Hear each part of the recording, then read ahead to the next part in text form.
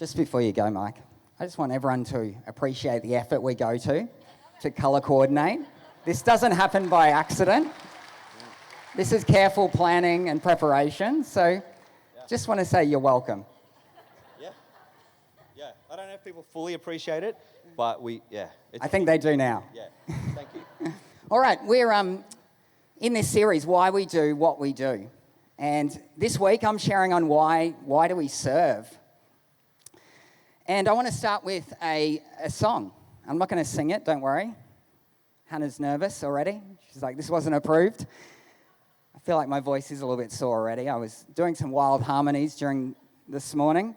Don't know if you heard me. Anyway, this is a song by Bob Dylan. Any Bob Dylan fans in the house? Yes? Excellent. Good. It's called You Got to Serve Somebody. Well, it may be the devil or it may be the Lord, but you've got to serve somebody. A pretty full-on way of putting it, and I propose like we change that third line just a little bit. I'm a bit nervous changing one of the greatest songwriters of all time. Fiddling with their lyrics is tough, but I'm thinking it may be our own self-interest, or you could think about others, but you've got to serve somebody. I think there's a truth in that. We have to serve somebody. Our own self-interest, or it could be others. Now, Hannah, I don't know if you're looking for a new lyricist, harmonies, lyric writing. I've got a lot. Chat to me later. Let me know. And I think there's a contrast here. Mike talked already about this tension. There's so many tensions we live in, the joy and the sadness of life, but also I think our own desires and our own needs and those of others. And that's another tension we have to negotiate. The world we live in tells us how to live in one way. We live in this individualistic, hedonistic culture, which targets that self-interest and actually feeds it and tells us that's good, and it markets things at us, this pleasurable life. Our Western culture tells us that that's where you find meaning in things and status and success. That's where happiness is found. And in fact, you can buy happiness, I found out this week. Have a look. We've got a world of advertising, a world of images on Facebook and Instagram, selling happiness as drinks, as the clothes you wear, your address, your holidays. This advertising dominates. These images dominate our society and our culture, and they keep pulling us back to that self-interest and keep trying to make us believe that that's where happiness is found in our environment. But it won't. There's a fellow psychologist, Sean Anker. I'm a big fan of his. He's got this awesome TED Talk, if you've ever got 15 minutes free, about happiness. And he studied happiness at Harvard. Now, I've got an image. This is the Harvard dining hall, would you believe? That's Harvard dining hall. And yeah, I know what you mean. When he first said this, I was like surprised. Why would you go to Harvard, one of the most prestigious, beautiful universities in the world, to study happiness? Surely everyone there's just got it worked out. They're driving VWs, they're eating lunch in the hall. They've got it all. They've got it made. But actually, that was the interesting thing. He actually found that our environment can only predict 10% of your happiness. You see, things like this, they don't really have lasting meaning or significance. Our brain keeps shifting the goalposts of success and happiness. You get into Harvard and you might feel privileged and special and excited for a while, but then you've got to get good grades. You get good grades, no, you've got to get better grades. You get a job, no, get a better job. You save up, you buy a car, not good enough, buy a German-engineered VW. If success and happiness is dependent on these environmental factors, well, stuff just gets old. And success just keeps moving over the cognitive horizon. We just keep moving the goalposts. It's a never-ending story. And despite our ongoing disappointment and disillusionment, we continue to buy into this. Okay, I'm a victim of it as well. Just because I'm up here holding the mic. I love homewares. I love fashion. We buy into this. It's so ingrained in our culture. I'm currently studying psychology, and I've got a model here. I love a model. And Erickson is this famous psychologist who looked at the development across the lifespan. And this is his model where there's these 8 stages. Some of the teachers here might know what I'm talking about as well. I remember studying it when I did my bachelor. Hannah's nodding. Thank you. Thanks for being with me, Hannah. And anyway, in particular, there's this 8th stage down here, middle adulthood, stagnation versus generativity. And each one of these stages, there's a crisis that we face as humans. And Erickson describes this one as the crisis of the need to be needed. We have this innate need to be needed by others, to leave a lasting legacy, to pass on to the next generation. He describes that as generativity, passing on intergenerational meaning or significance. Stagnation, on the other hand, is that self-absorption and pushing into those things that the world keeps trying to sell us. This crisis extends across adulthood, and I recently did research on it at uni for an assignment, and it actually has a lot of significance into older adulthood and retirement. It's that sense of maintaining meaning when things around us are changing, as we retire, as our family leave home. And parenting definitely contributes to it, but it goes beyond that, to volunteering and mentorship and things like that. And then in older age, Erickson describes this final stage about reflecting on your life, a life well lived. And we all can start to relate that things don't actually have that much significance. You're not going to get to the end of your life and be so glad you bought that VW, but you're going to look at the legacy that you left, the generativity that you shared. I think I've got a table as well, and here's some of the characteristics. And you can see pretty quickly which side of the graph you want to be on. But I was reflecting on this for myself, and I can definitely relate to those stagnant ones as well. Do you ever have those moments in life where your selfishness and your stagnant characteristics are just on show? They're just on display for everyone to see. I was reflecting on a time here at Good Life, actually, and we had this coach here, Jason Jagged. Does anyone remember? He actually spoke here a few times. He's really fun. He was leading this session up in the seminar rooms, and I was privileged enough to get to go along and hear him share, and we're talking about goals and ambitions and dreams and that sort of thing, and the topic of money came up, which it often does, and I was thinking about, and my mind quickly went to this amount of money, $1 million. Seemed like a good goal. At the stage, it was a lot of money. You could easily buy a house a few years ago for $1 million. And at that stage, I was like, yep, great goal, Greg, that's awesome. So responsible, pay off the mortgage, buy a new car, go on a family holiday. Yep, lock it in, $1 million. And anyway, someone else in the group answered the exact same question very differently. They said, I'd like to be able to give away more money than I could keep.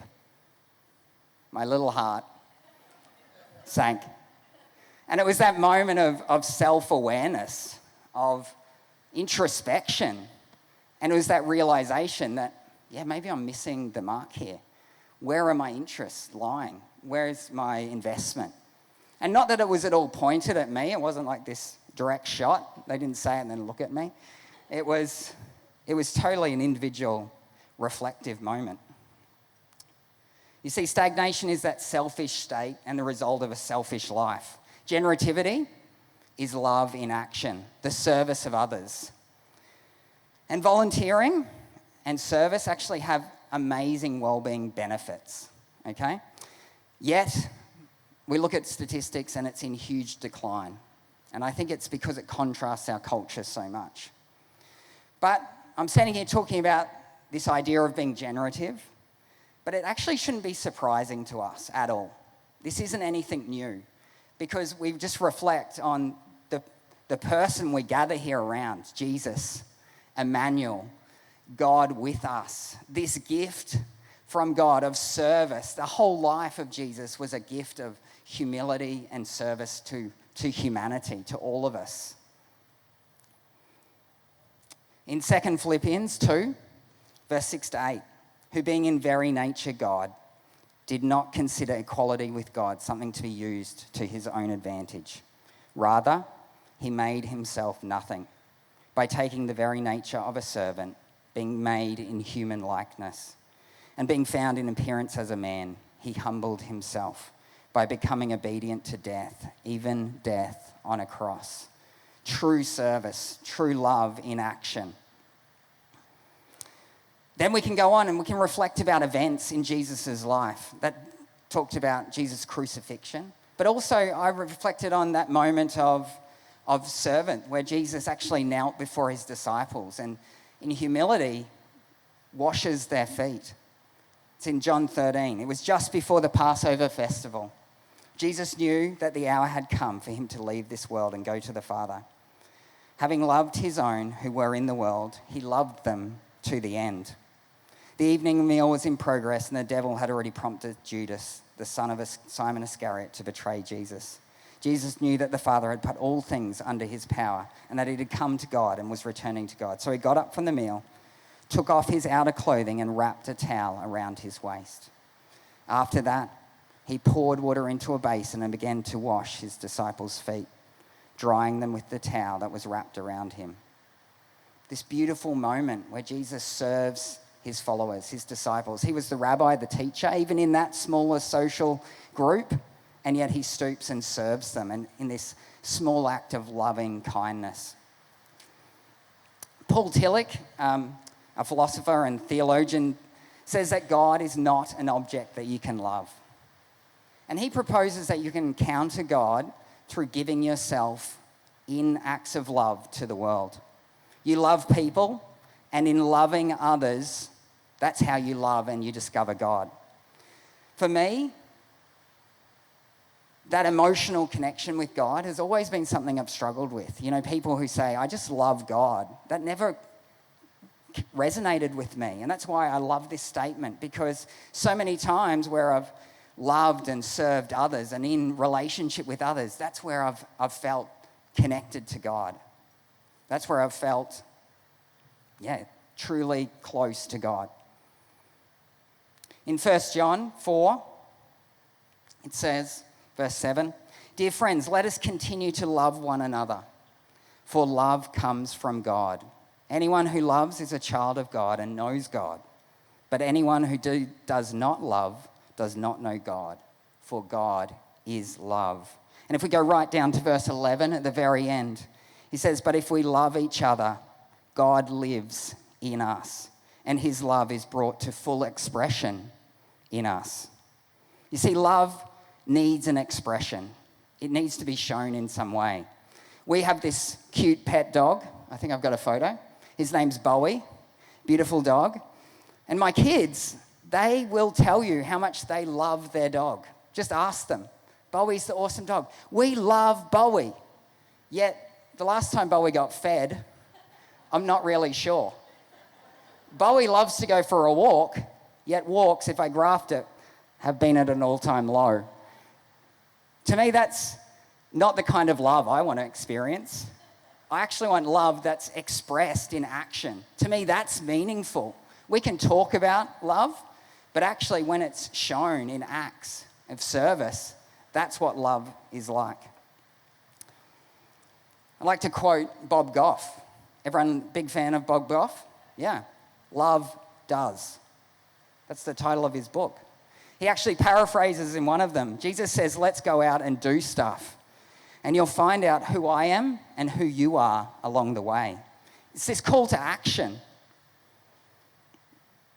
So often we like to sit and grow in knowledge, and sit in worship this morning was beautiful. But it's got to go beyond that. I love drinking wine and talking about theology. It's one of my favourite things to do. But Jesus says, it's not by my knowledge and intellect you're going to know my disciples. It's actually, no, by their fruit. It's a call to action. In James, we hear that faith without deeds, it's dead. It's useless. What does your faith mean unless there's an expression? Recently, we did the Deep and Wide series. And going through that, we looked at our community and our community responsibility and how giving this big, wide open door and welcoming people in is not just the responsibility of Mike, the staff, of the team who's rostered on, but it's actually all of us, all the time. We carry this banner as Christ's ambassadors, and we're all called to do this. The same thing is with service. We're all called to love and serve one another. Now, I think there's two kind of parts to that, this love and service we're called to. The first part, I think, is loving out of our giftings. and our talents and our passions. Now that's the good part. In 1 Peter 4 verse 10, it says, God has given us each of a gift from his great variety of spiritual gifts. Use them well to serve one another. In 1 Corinthians 12, it acknowledges all the different giftings we've been given. And it says, use them for unity and use them together for the good of others. Okay, we've got these gifts. Mike isn't here now, but Teresa is. And I just want to acknowledge Mike, like, what a visionary, what a great leader. I've loved working with him this year. And pass on our thanks for using your gifts. You and Mike and your whole family are such a gift to our community. And I just want to say thanks for saying yes to the call here and using your gifts and talents to serve us. Hannah, I'm so excited you said yes to serving here. La, your energy this morning, the hottie on the keyboard, the knots, the new to our team. I love it. The one on the bass who doesn't want to be talked about, Josiah. Like, thank you for using your gifts and talents to serve our community. That was a powerful moment this morning, and it's all because of your love and your service of us. And you could keep going on. There's so many beautiful people here who love and serve in our community, using their gifts and talents. But second to that, there's this other side of serving. Let's call it the ugly side of serving. It's the serving out of responsibility. It's the boring, it's the hot, maybe, cold, thankless, unnoticed tasks that just need doing, the unpleasant tasks. I don't actually think Jesus was overly passionate about foot washing.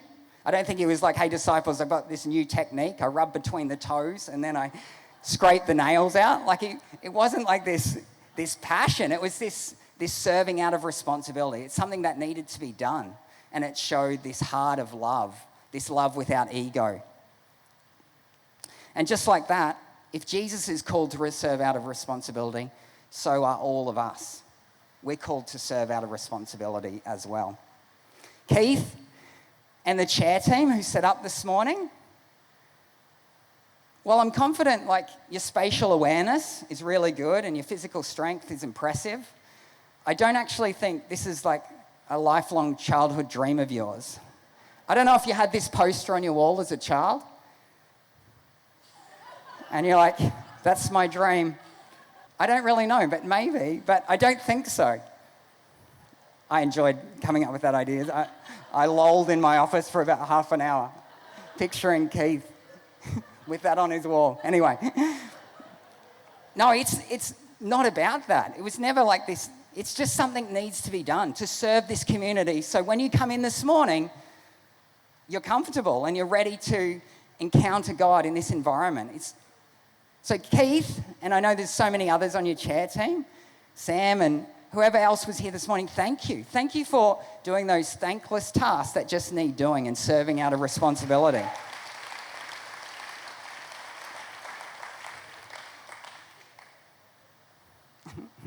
I've got the photo here. It's just making me giggle. Now, I've been at Good Life for just over 15 years, and yeah, not long after we joined, our son Hendrix was born and we jumped on the creche team. And then being teachers, Sarah, my wife, and I, the hottie on the keys. Yeah, babe. We joined Little Angels, leading there, and the kids' church team. Then after a few years, Sarah took on a role here and we oversaw kids, including Boost on a Friday night.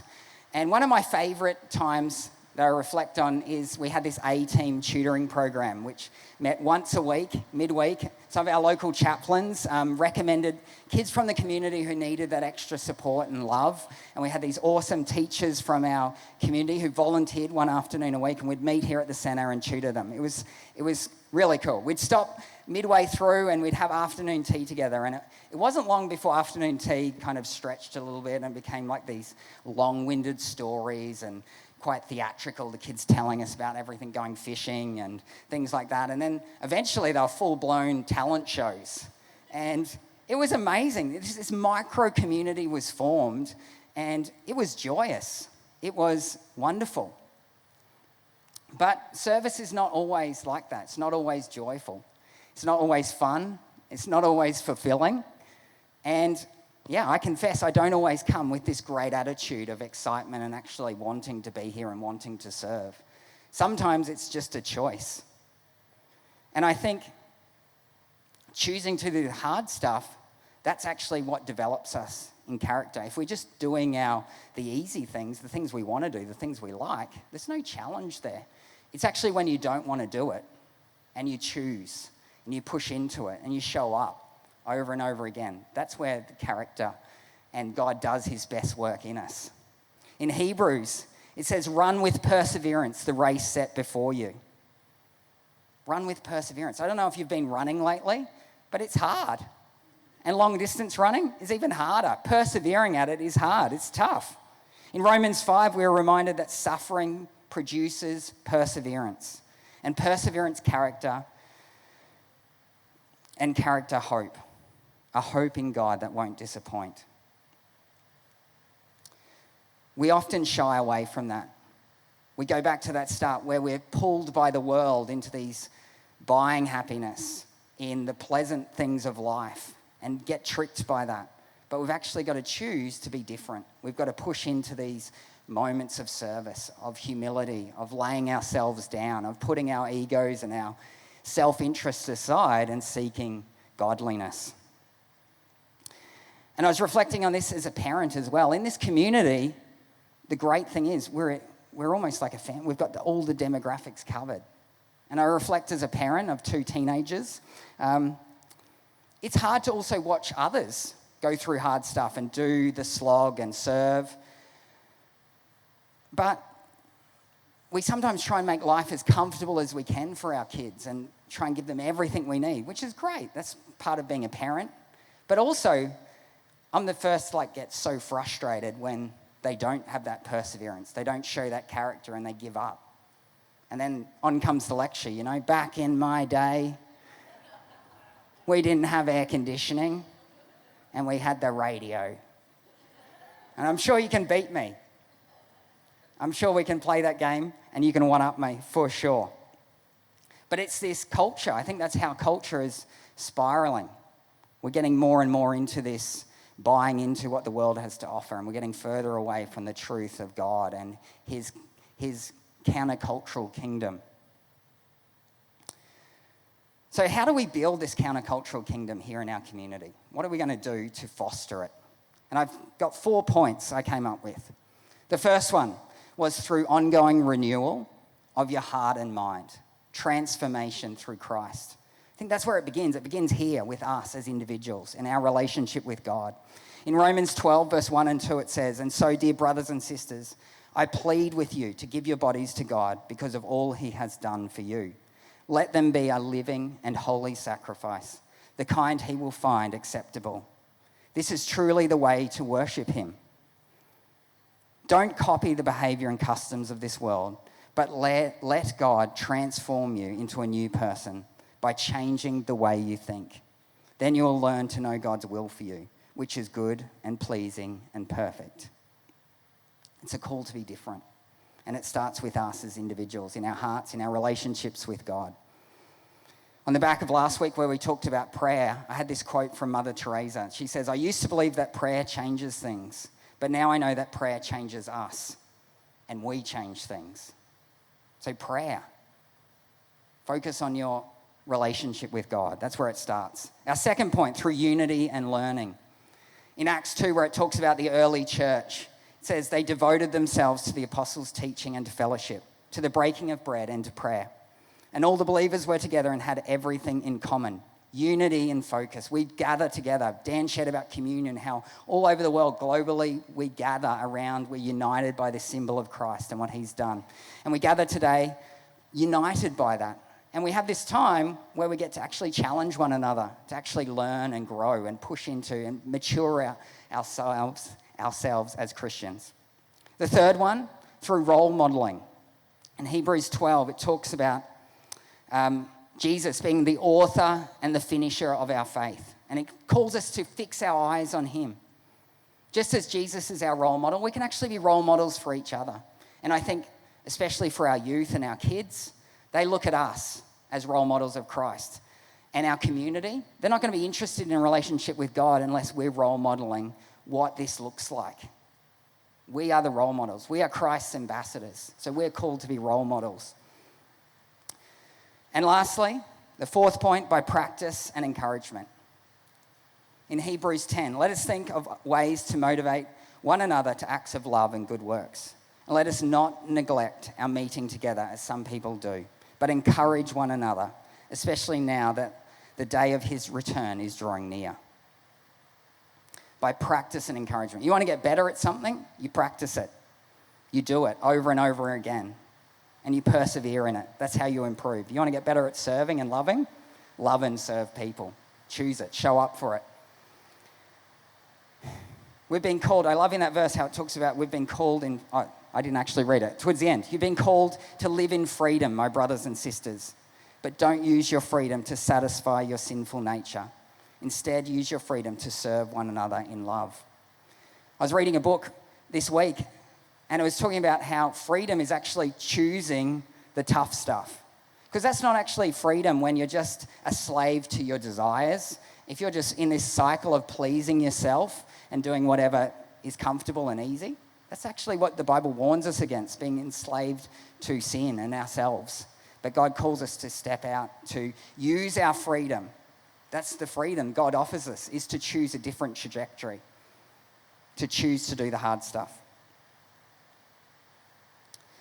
Earlier this year, we talked about the Beatitudes and that countercultural kingdom that God wants us to show up here and now. And I think God calls us to this life of love. And I think underlying love is service, because service is love in action. And we want this community. We don't want to be like the world. We don't want to look like the world or offer that. We have this different hope. We want to shine. We want to stand out. And I think service underlies that in God's love. Serving isn't always easy. It isn't always fun, but I think it's essential. Essential to create God's kingdom. It's essential for our own growth and maturity, and in fact, our own happiness. Now, what I don't want to do is these faithful servants, after this message, to go streaming out and sign up for another 10 things. Actually, I want this to be a healthy community. And healthy communities is where everyone pulls their weight and does their little bit. So yeah, as you leave today, I want you to reflect on this message and think, what are your gifts and talents, and how are you using them to serve God here or in our broader community? But also, we're a family. And as a family, we all pull our weight and we have responsibilities. So what's your responsibility? How are you going to love and serve here in our community, in our church home? Because service, I think, creates and is going to build this community, and that's how it's going to grow. So if you want to be part of it, the Triple C form is the best way. I think Josiah's got even, I want to show you how easy it is. Did we get that happening, Josiah? Yeah, you did. What a guy. You can see there. Look at these things he can do. You click on it, go to contribute, and there's actually about 24 different areas we've listed. If you've got other areas that you are passionate about, we're so open to contact us. But yeah, this is an open invitation, not to serve out of guilt, but to choose to use your freedom to love and serve here, to grow, to build this community. And yep, music team, right on cue. Back to love and service. Let's finish in prayer.